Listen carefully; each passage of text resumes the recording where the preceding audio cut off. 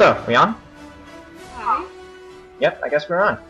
Okay, well, for everyone that's watching, this is of course Zach Moore, aka BlueSpartan107, and this is my guest star, Morgan Reschny, aka SpiritofJazz. Oh, Sure, hello. name. Yep. You actually put my last name right. Oh. Okay.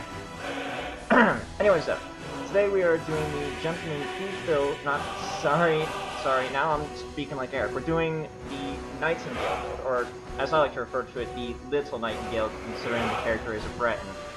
So, why don't you go ahead and explain the whole backstory behind your character, Isabelle?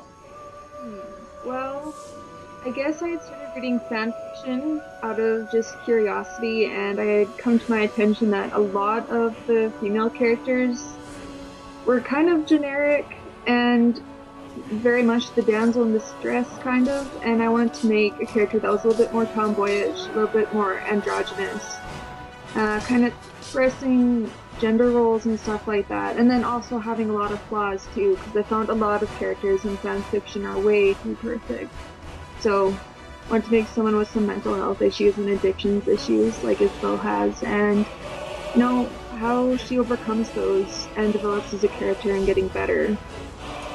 I think that's just kind of the idea behind it. As I went writing, more and stuff came, but for the most part, it was just me wanting to write a story, about a shitty person who gets better.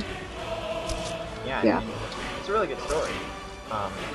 But okay, why don't you explain like how her story started, like from the very beginning, and then up to how she got to her messed up life.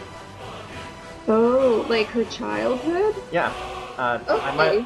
I must have, not cleared that up, but yeah, sorry. That's okay, though. Go ahead. Oh, sorry. No. Isabelle actually was born to a traveling caravan of... I'm sorry if you can hear my cat. She's noisy. But... It's okay. Isabelle. She grew up in a traveling caravan of jesters and stuff. So she grew up a lot with music and acrobatics and juggling.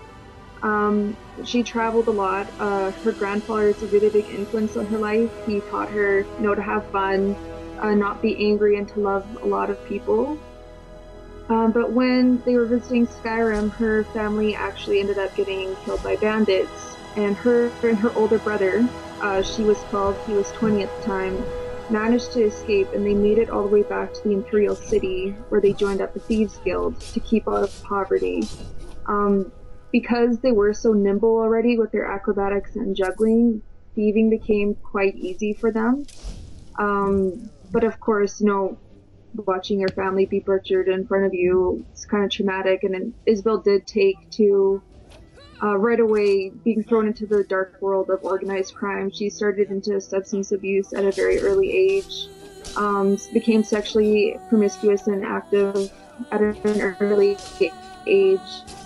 She just really had to grow up before she was ready, I suppose, and that really comes back and bites her when she goes back to Skyrim after a heist mysteriously goes wrong in the Imperial City and she has to get away for a while. She goes to Skyrim, to the Skyrim Thieves Guild, for her sanctuary until the Grey Fox calls her back to Cyrodiil.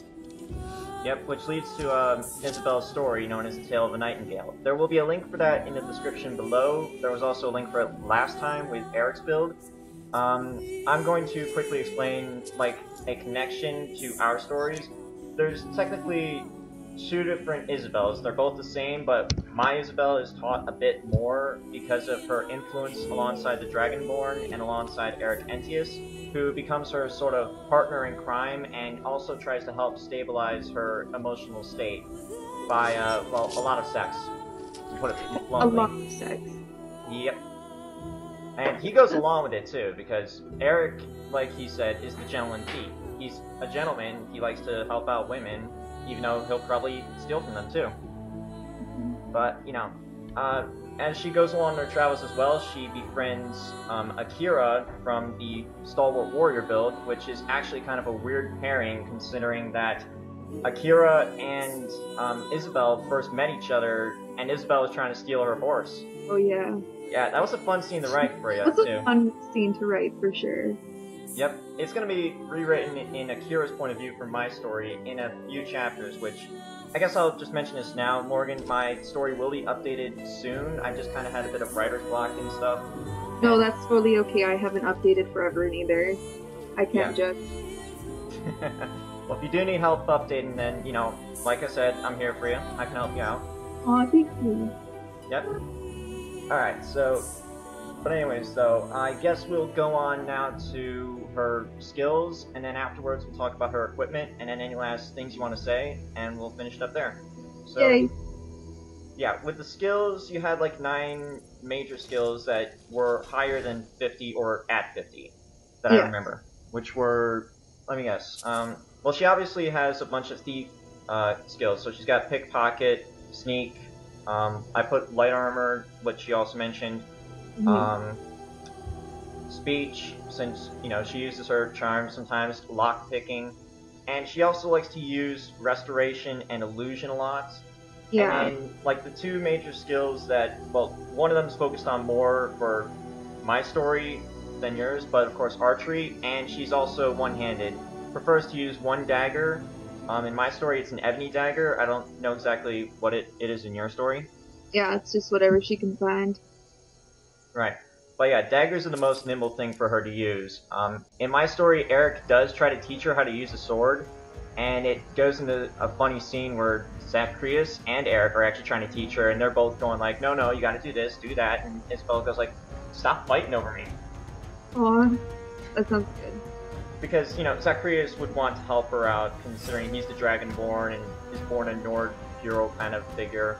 So he wants to make sure that everyone that comes along with him survives, because they want their stories to be heard loud in the halls of Sovngarde. And then Eric, well, he's helping out because partner in crime. Yeah, they're friends. Yep. So with particular skills, I'll be like showing off all the skills that they'd be getting to fill in, I mean, in the movie, but like some of the skills we can immediately name off the top of our head. For pickpocketing, you'll definitely want to go at least up to misdirection. You might even go for the 100 perk, I think I did, for setting up the build. And then for sneak, you could probably fill up the entire left-hand side except for Shadow Warrior, because Shadow Warrior is kind of useless. But, and then with illusion, I guess I filled up the entire illusion bar, because that is one of the best, like, magic classes to use. And then with restoration, I filled it up a tiny bit. I got like maybe 2 adept restoration spells, and then also made it so that way her restoration spells can, you know, heal her up faster, maybe even restore some of her stamina if she was like in a major fight and needed to recover. And then of course with one-handed and archery, one-handed I focused mainly on just increasing the damage and increasing sword damage. And then with archery, you could really only just go up so that way she has at least a zoom function, but I went up at least to the power shot, I believe, so that way, you know, she's got a better ability to use the bow. And then with lockpicking, right, I went up to expert lockpicking skills, so that way I can also get the unbreakable perk, and that's probably because eventually she would learn how to not break her lockpicks. So, yeah, and then with light armor, I guess I just filled it up entirely, because she'll mainly either be wearing the Thieves Guild armor or the Nightingale armor, depending on, you know, whatever time it is. So. Yeah, that all sounds pretty good. Yep. As for the weapons, like I said, Ebony Dagger is definitely what she would use. Illusion and Restoration spells, just get as many of them as you can. And then for like the Destiny of the Dragonborn extension, I gave her the Nightingale bow and the Red Eagle's Bane, since they will be kind of in the Forsworn territory with Isabelle at the time. So they give her that sword, and Eric tries to teach her how to use it, and that's where that one scene comes in, because, you know, gotta have a bit of comedy here and there. So, right, and so I guess we pretty much covered all of that. I mean, armors, of course, was Thieves Guild armor, Nightingale armor. The weapons, we covered that. Spells, perks. Okay, how about if Isabelle was able to shout, what shouts do you think would be most useful for her? Oh dang, oh my god, the shouts. Wasn't there one that kind of made you invisible? There was the... No, that was the stone. Yeah, the Becoming Thorough shout, which just made you immune to damage for Yeah. a short time. Yeah, I think that would be it. That or the one that made you use one-handed attacks really fast. So what was that called again? That was Elemental Fury. Perfect for using Yeah. an ebony dagger, actually. Yeah, I feel it'd be one of those two that she'd be able to use. Yeah. In fact, I think Eric uses Elemental Fury a bit, along with Disarm, since Disarm is the perfect skill for a thief that just wants to make a quick getaway instead of fighting. Yeah. Alright. And then her Standing Stone is the Thief Stone. She'll just pretty much stick with that the entire time. Not like some other characters who will probably switch between them while you're leveling up the character. She'll just stick with the Thief Stone. That's what we decided. Yeah. Alright, does she use poisons? I also forgot to ask that. I'm pretty sure she has, like, for drugging people, but not to actually kill people. Right, I don't think she's never into killing someone. If she was to poison someone, it'd be like a paralysis potion or something like that. Alright, well, there you go, guys. You have a note. Use a paralysis potion with, like, maybe a bow on a very high-level character. You might get them. Then sneak up, try to steal from their wallets. Go on. Yep, okay, so... Wow, this video is actually much shorter than Eric's, because that took us a half hour just to get through all that. I don't know why. Maybe it's because Eric's a big talker. Did you watch that episode, actually? Did you watch the Gentleman Thief? You have to send them to me. Oh, okay. Alright, well, after this is over, I promise you I'll send you the link to the Gentleman Thief so you can check it out and hear Eric being Eric, because when Eric is Eric, it's just funny. But anyway, so any final notes you want to say on Isabelle or perhaps the build itself? I promise I'll be updating chapters again. I promise. That's all I have to say. Bravo. Bravo. So yeah, I guess that will be it for this video. We'll probably leave a bit of gameplay behind for you guys to enjoy. Thank you all for watching. You can check out both of our stories in the description below. Go ahead and give Morgan some love because she writes very well. It's a very good story. I love every single chapter of it right now. Even like the more heartbreaking moments between her and Brynjolf. But you know, it's just really great. And yeah. Oh, thank you. Yeah, so definitely check it out if you haven't. Anderson's probably watching this, so he's probably checked it out by now because he always listens to me. He's a good friend.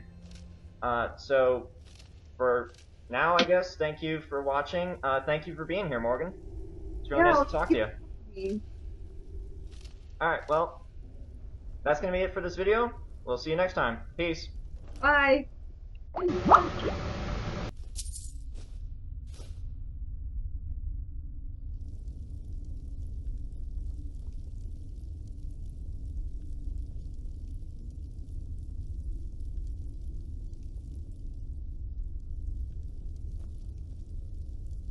A new hand touches the beacon.